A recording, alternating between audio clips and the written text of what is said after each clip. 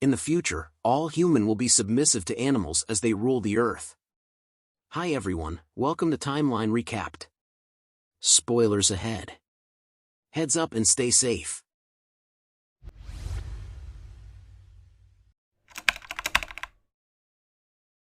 The episode opens up in Botswana, with the narrator mentioning that animals once ruled the earth. And what if they finally decided to take it back? Following this, Abraham Kenyatta, a safari guide at Kitsuko Safari Camp, can be seen preparing for an early morning safari ride for the tourists. He enters his camp and notices his nephew watching videos of a scientist, Robert Oz, revealing that his latest experiments have concluded something shocking. Soon, all animals from around the world will change and stop obeying humans. They will hunt down all humans until they are wiped off the face of the earth. Meanwhile, Abraham wakes up his partner, who also happens to be Robert's son, Jackson, and asks him to get ready for a safari ride. After a while, the two hop on their safari jeep and guide a group of tourists through the grasslands. Along the way, they notice a trophy hunter trying to shoot a rhino. But Jackson cleverly plays loud music and scares the animal away, hence, spoiling the hunter's plan. The scene then shifts to Los Angeles, where two men come out of a bar and try to relieve themselves around a corner. Suddenly, two lions appear out of nowhere and gobble them up. The following day, a news reporter at La Telegraph, Jamie Campbell, watches the news of lions escaping from the city zoo and killing 3 people. Following some research, she learns that the lions started acting strangely after they were fed food supplies from Riden Global, a biotechnology company. That evening, as Jamie is conducting an interview, she gets to know that several cats from the neighborhood have gone missing in recent days. The next morning, Jamie visits the zoo and meets veterinary pathologist Mitch Morgan. After a quick chat, Mitch takes her to his lab and dismisses her suspicion that the food from Riden Global caused the lions to be violent. He also reveals that the lions have since been put down as they had become too dangerous to tame. Before he leaves, Jamie informs him about the missing cats in Botswana. Jackson and Abraham fly to Messi's Mako camp and get shocked to find it completely deserted. Not even a single tourist or staff member is present. Just then, Jackson finds a video camera lying on the ground. When he plays it, he sees the tourists running away from something outside. They discover a single lion's footprint and become confused how a solitary animal could scare 100 people away. Sensing that something bad might have happened, the two set off to search for the tourists. After a while, they find a bus stopped in the middle of the tall grass field. Both the guides grab a rifle and get out of their vehicle, with Abraham asking Jackson to stay behind and look out for him. When Abraham enters the bus, suddenly, a woman walks out of the tall grass and approaches Jackson. She nervously mentions that they should run, and just then, a lion enters the bus and attacks Abraham. Jackson is devastated to hear his best friend screams, but before he can help, a bunch of other lions show up. As a result, he reluctantly gets into his jeep and drives away with the woman, leaving his friend to die. On their way, the woman introduces herself as a French tourist, Chloe, and reveals about how she and her group got attacked by a group of lions when they were out to see gazelles. Unfortunately, their day goes from bad to worse when the jeep suddenly breaks down. With the camp still 6 miles away, Jackson suggests they walk to the camp, but Chloe is afraid, as she has seen the barbaric man eating lions. However, when Jackson assures her that lions do not attack when they are full, she reluctantly agrees. After a while, as the two are walking alongside a river, they are approached by yet another group of lions. The duo freezes in horror, and when one of the lions comes near them, Jackson notices that its eyes have defiant pupils. This apparently means that the lion is dangerous, and right then, Jackson and Chloe slip and fall from a small cliff. Fortunately, they are not injured, and they make it safely to camp. Jackson hypothesizes that his father, Robert Oz, was right all along. The animals have started acting crazy. Hence, he immediately calls the Botswana Center for a research and rescue team. Back in Lodge, Jamie receives a message from Mitch mentioning that he has found the missing cats. She immediately drives off and finds him waiting for her at an elementary school. To her surprise, Mitch shows her a tree full of cats and assumes that they're being controlled by something strange. Jamie wastes no time and calls animal rescue, while Mitch finds a small honeysuckle plant under the tree. Surprisingly, when he picks up the plant, all the cats climb down the tree and walk away. In Botswana, the rescue team finally arrives at the camp, but instead of helping, they arrest Jackson for interfering with lawful hunting. Meanwhile, a few kilometers away, a lion drags a lifeless Abraham up a tree, while the other lions simply watch. The next day, Jackson somehow gets out of prison by pleading with the guard Kavimba that he has to go. He explains that something strange is happening outside and that they have to solve it before the situation gets worse. Hearing this, Kavimba also decides to accompany him. When Jackson steps out of the prison, he meets Chloe, ready to leave for Paris. They exchange numbers before departing. Next, Jackson and Kavimba, along with a jeep driver, visit the place where Abraham was attacked by the lions.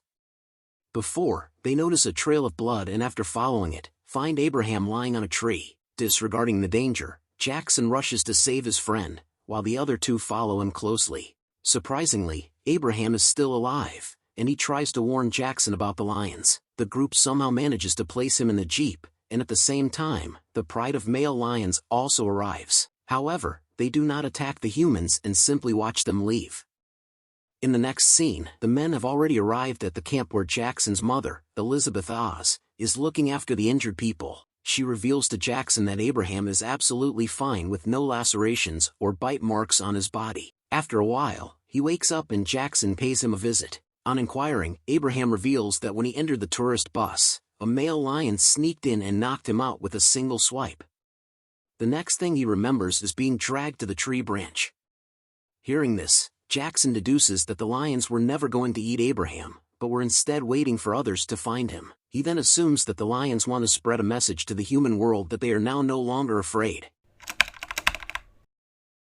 The scene then shifts to Slovenia, where a British couple is trying to adopt a Slovak kid. Since they are on a few days' trial, the husband Nicholas tries his best to keep the boy happy. He takes the boy to zoos, buys them toys and takes care of his every need. That night, a dog sneakily grabs the boy's toy and runs away, prompting Nicholas to go after it. A few minutes later, he reaches a dark alley and finally catches the dog. But when he takes a proper look around the place, Nicholas notices several mutilated bodies lying around. Terrified, he tries running away, but a bunch of angry dogs surround him and finish him off. Back in Los Angeles, Jamie does some research and learns that Ryden Global is actually using harmful chemicals while manufacturing their food products. She then visits Mitch and tells him that she suspects the chemical is the instigator of the animal's violent attack. It turns out that all the lions in the city have started being somewhat violent. After a while, they meet with the zoo worker and convince her to provide them with a lion cub so that they can study it and find the cause of their aberrant behavior.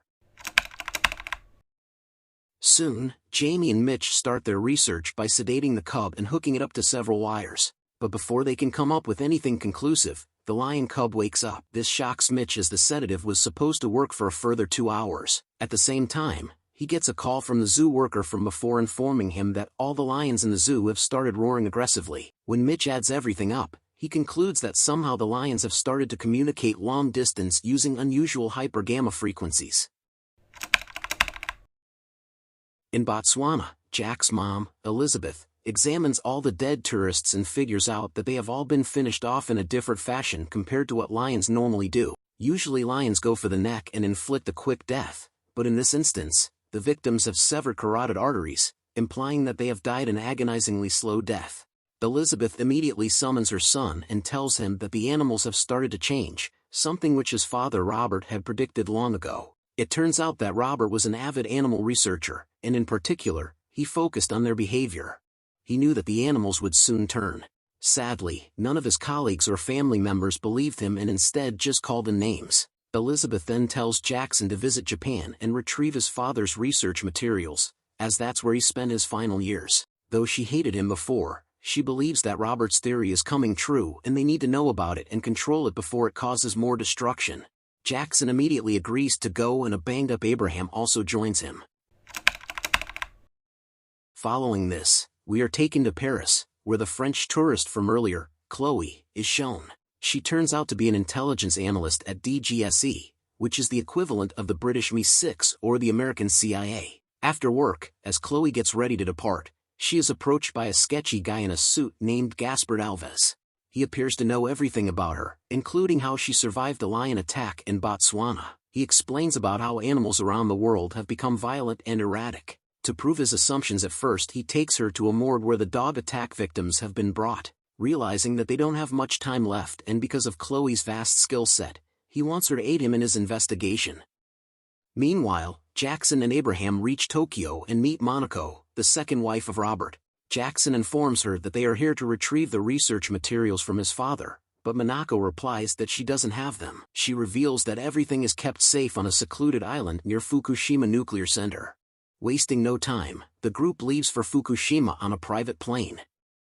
Monaco hands the boys a Geiger counter, a device to measure radiation, saying the place is still not safe to visit. Just then, the plane is attacked by a swarm of bats. Jackson is shocked to see bats flying at such a high altitude, not to mention in the daytime. Unfortunately, the plane loses control and crashes into the sea, killing Monaco and the pilot. Jackson and Abraham are devastated by the incident, but nonetheless they decide to explore the island before help arrives. After some hours of walking, they finally come across Robert's research place. Strangely, they also find some horses that have their eyes gouged out. Later, after entering the main research house, Abraham discovers the horse's eyes kept inside a glass jar. They then play some of the research videos where Robert mentions that the horses have become aggressive. He even talks about their defiant pupils. With this, Abraham and Jackson conclude that Robert blinded the horses when they became aggressive. On the other hand, the sketchy suit guy from earlier, Gaspard, approaches Mitch and requests that they work together to find out about the changing animal's animal behavior. Mitch agrees straight away, but on one condition: Jamie will also join them. In the next scene, Gaspard and his team arrive at Fukushima Island and rescue Abraham and Jackson. They then reach a building in Tokyo where Mitch and Jamie have already arrived. Following this, Gaspard introduces the four to Mr. Delavan, the head of the secret animal behavior investigation. Delavan shows them some clips from around the world where different animals are attacking and killing humans. He then asserts that the animal pandemic has begun and they need to act fast before it can cause more damage. At last, he summons the leader of the team, who is none other than Chloe. We are then taken to Mississippi, where a prisoner, Evan Lee Hartley, is about to be executed for killing a number of hunters around the area. But strangely, before the procedure can take place, a pack of aggressive wolves enter the prison and kill everyone on sight except for Evan. For some reason, they appear to be submissive to him. The following day, Chloe suggests that the entire group remain classified and to travel to Mississippi to gather information about the wolf attack. When they arrive, she assigns Abraham and Mitch to catch a wolf for research purposes and asks the others to accompany her to the prison. The group is skeptical about her decisions, but nonetheless, they agree. At the prison, Chloe meets Deputy Kraft and Agent Ben from the FBI. While Chloe and Kraft are conversing, Jackson takes a closer look at the CCTV footage of the attack and sees that the death row prisoner, Evan Lee, was mysteriously controlling a wolf.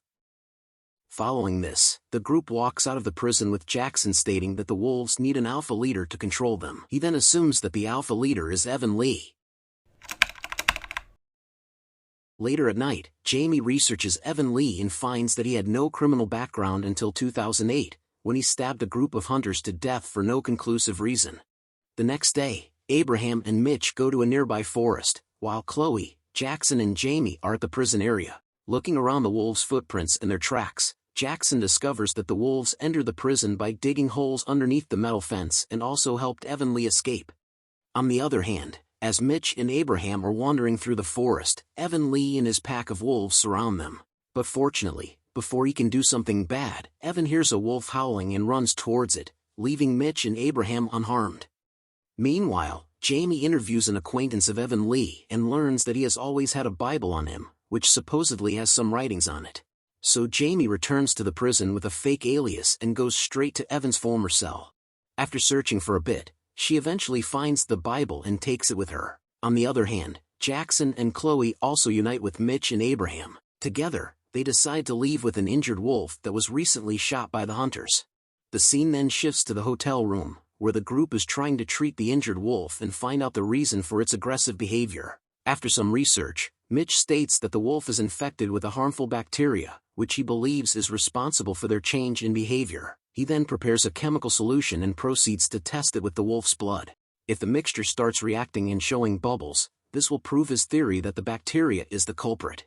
Lo and behold, the blood reacts so violently that it causes the experiment vessel to explode. Later, Agent Ben from the FBI visits their room and informs Chloe that the deputy is on his way to interrogate her team. But before he can arrive, the group packs their belongings and leaves.